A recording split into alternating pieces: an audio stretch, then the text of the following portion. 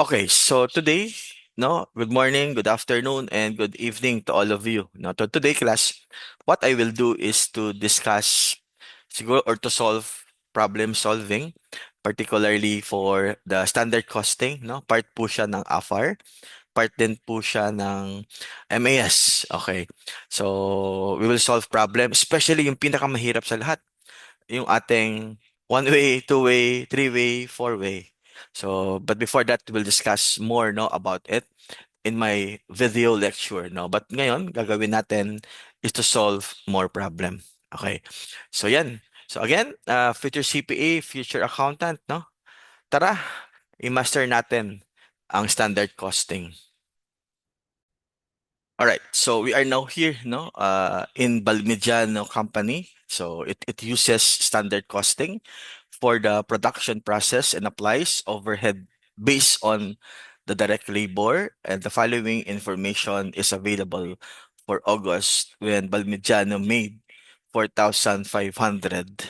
Okay, so standard DLH per unit, you have 250. Variable overhead per direct labor is 1.75. Then you have your fixed overhead per direct labor hours is you have 3.10. Then you have your budgeted variable overhead 21,875, budgeted fixed of 38,750. Then you have your actual direct labor hours of 10, and you have variable overhead of 26,250, and you have your fixed overhead of 38.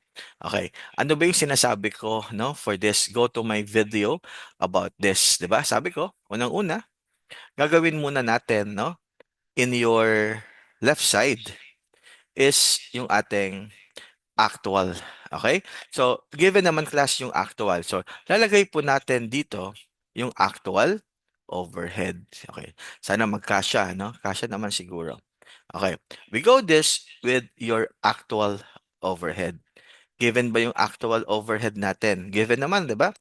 So, in terms of the actual overhead, so you have your variable overhead, then you have your fixed overhead. Okay. So, magkano yung variable overhead? So, you have here 26,250, and you have also your 38,000. Okay. So, magkano to class, no? So, 26,250 plus 38. So, I get my calculator. So, 26,250 plus 38, yan po ay 64,250. Given po yan, ha?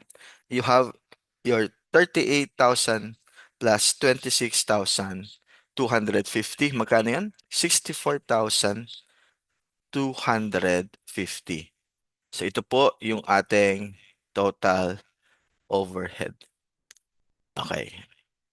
'Di ba yung first step natin in computing for your one way. And number two class, lagay nyo dito, no, yung ating applied overhead. Okay. Paano nga yung pag-compute ng applied overhead? 'Di ba? You have your predetermined overhead rate.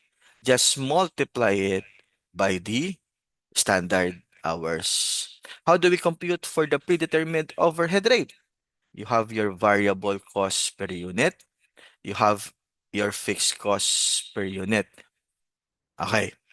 And with this class, just multiply it by your standard hours. Given naman yung variable cost per unit, di ba? By the way, may mga time class, hindi pa given ang standard hours. How do we compute for standard hours? That would be your actual units to be multiplied by required hours at standard. Since you have variable cost per unit na given na of 1.75 and 3.10, so you have here 1.75 and 3.10 to be multiplied by magkano yung actual unit since wala po yung standard hours natin. You have 4,500. Ibig sabihin, multiply mo ng 4,500 to be multiplied by magkano yung required hours? 250. So times 250. If I remember right, 11,250 ito. Okay? Ibig sabihin, you have, ilan ba ito lahat? 4.85 to be multiplied by 4.85 times 11,250. So in my kodigo, this is 54,562.50. Try nga natin. Okay, for the calculator. Sana tama. So you have 4.85 times 11,250. Tama. 54,562.50. Okay. Class, ito na yung ating tinatawag na one way. Okay, sana magkasya. O, class, ito po yung one way natin. Ano po ang ibig sabihin? Sige, tanggalin natin to. Ano po ang ibig sabihin ng actual overhead minus your applied overhead? That's your total overhead variance. Magkano yan? So, again, laging tama yung nasa dulo. Yung 54,562.50. 64,250 minus 54,562.50. Ito po ay 9,687.50. Laging tama yung nasa dulo, mas maliit. Malamang ito po ay at unfavorable. Okay, tandaan yan ha. Okay. Lagay mo sa gitna yung budgeted overhead. Okay. So in terms of your budgeted overhead, step number 3 at standard hours. How do we compute for standard hours? Variable cost per unit times standard hours plus budgeted fixed cost. Okay. Magkano yung variable cost per unit? Given na kanina, 1.75 times 11,250. If you notice, lahat po yan ay na-compute na natin kanina. Plus budgeted fixed cost of 38,750. Plus 38,750. Sorry, nasa baba na. Kasi hindi na kasya. 11.75 times 11,250 plus 38,750. Magkano yan? So, actual overhead based on the budgeted. Yan po ba ay 58? Yeah. This is 58,437.50. Okay. Ano po to, class? Actual overhead, okay, minus your budgeted overhead based on your standard cost. Yan na po yung ating controllable variance. Sa ibang libro, ang tawag dito, class, ay budget variance. Okay. So magkano yan? 64,250 minus 58,437.50. Yan po ay 5,812.50. And that would be unfavorable. Okay. O class, anong tawag naman dito? Your budgeted overhead based on standard hours minus applied overhead. Yan na po yung ating volume variance. Sa ibang libro, ang tawag ay non-controllable. I-minus mo lang yung dalawa. 58,437.50 and 54,562.50. Yan po ay 5,8, sorry, mali. This is non-controllable volume. This is 3,875. Laging tama yung nasa kanan. Kaya ito po ay at unfavorable. Minus mo lang yung dalawa. Okay, class, madali na, di ba? Yung number 4, so ito ay two-way. Volume, ito yung kanina, one-way. Ito ay two-way. Okay. How about naman your three-way? So, lagay mo naman dito, class. Always given to, ha? Okay? Always given to. In number 4 naman, at actual hours. So, in terms of your actual hours, ano yung formula natin? Ganun pa rin. Variable cost per unit times your actual hours to. Okay? Plus, budgeted fixed costs. Given na yun kanina, you have your 1.75 to be multiplied by 11,250. Okay, sorry, mali na. Hindi siya actual hours. Actual hours pala ay 10,000. 'Di ba? Ito 'yan. Yan. 10,000 times 10,000 plus your budgeted fixed cost of how much? 38,000 given 750. So 1.75 times 10,000 plus 38,750. Magkano yan? And this is 56,250. O, di ba? Given na siya. Okay. So dito pa lang class, alam na natin.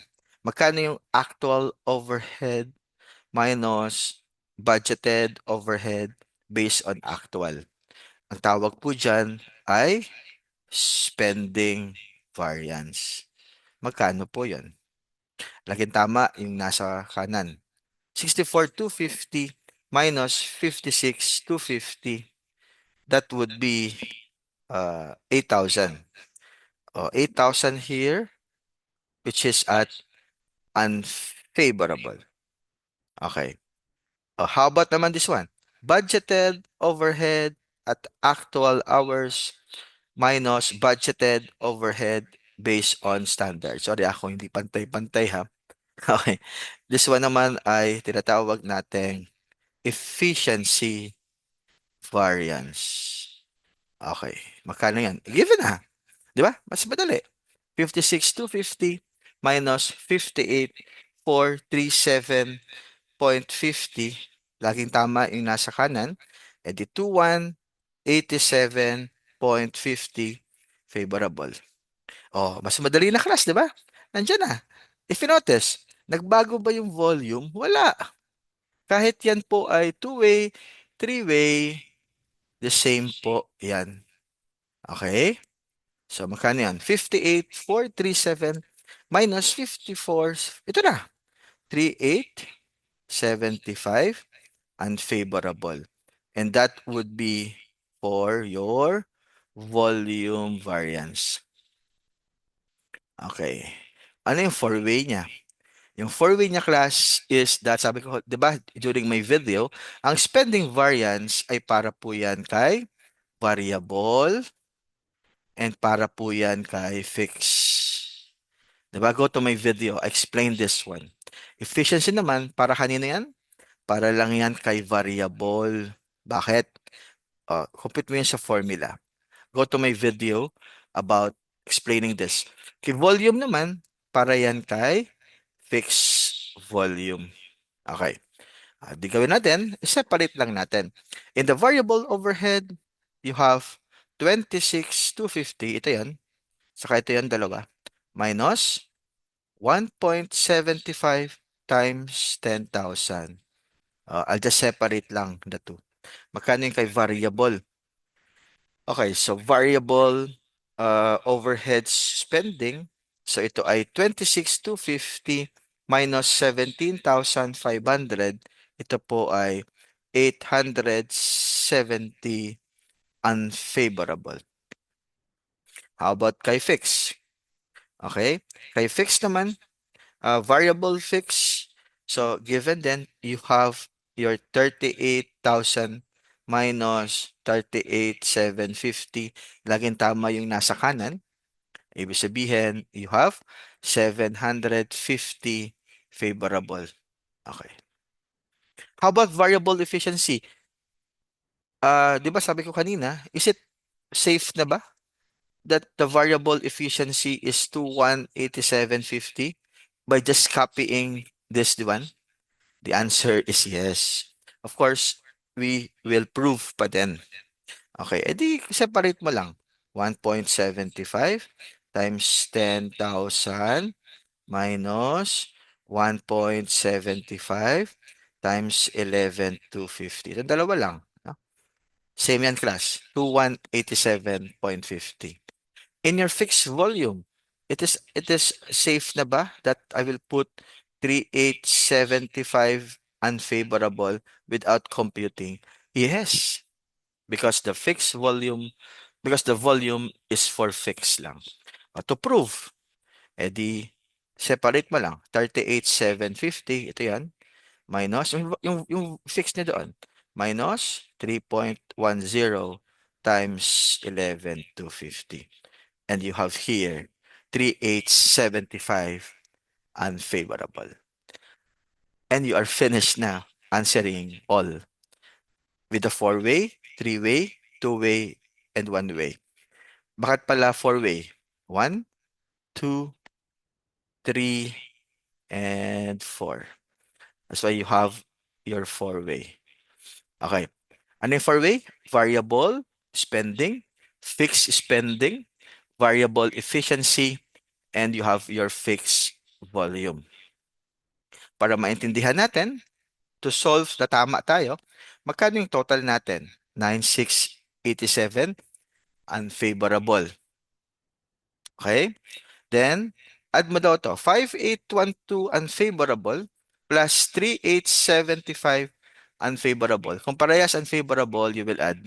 Tama ba na 9,687 unfavorable? Yes. How about three-way?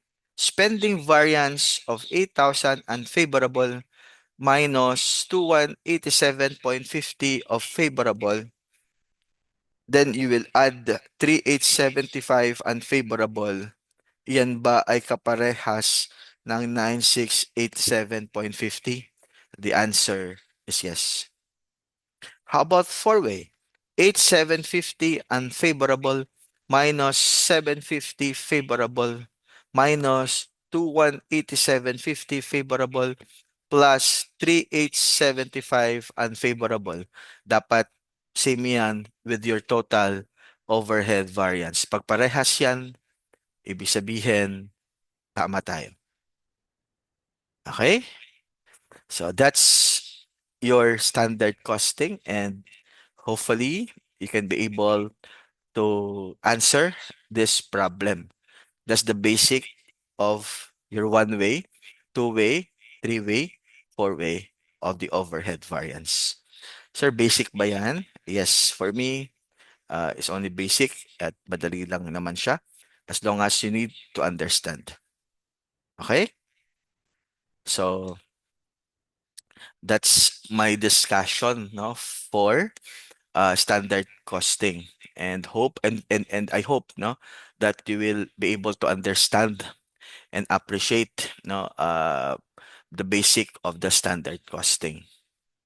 In accounting, no, hindi lang sapat na magaling ka, hindi sapat na may alam ka, no? Mas better na mahusay at mag-aral ka. Kaya you need to master it. Thank you and see you all. Bye-bye.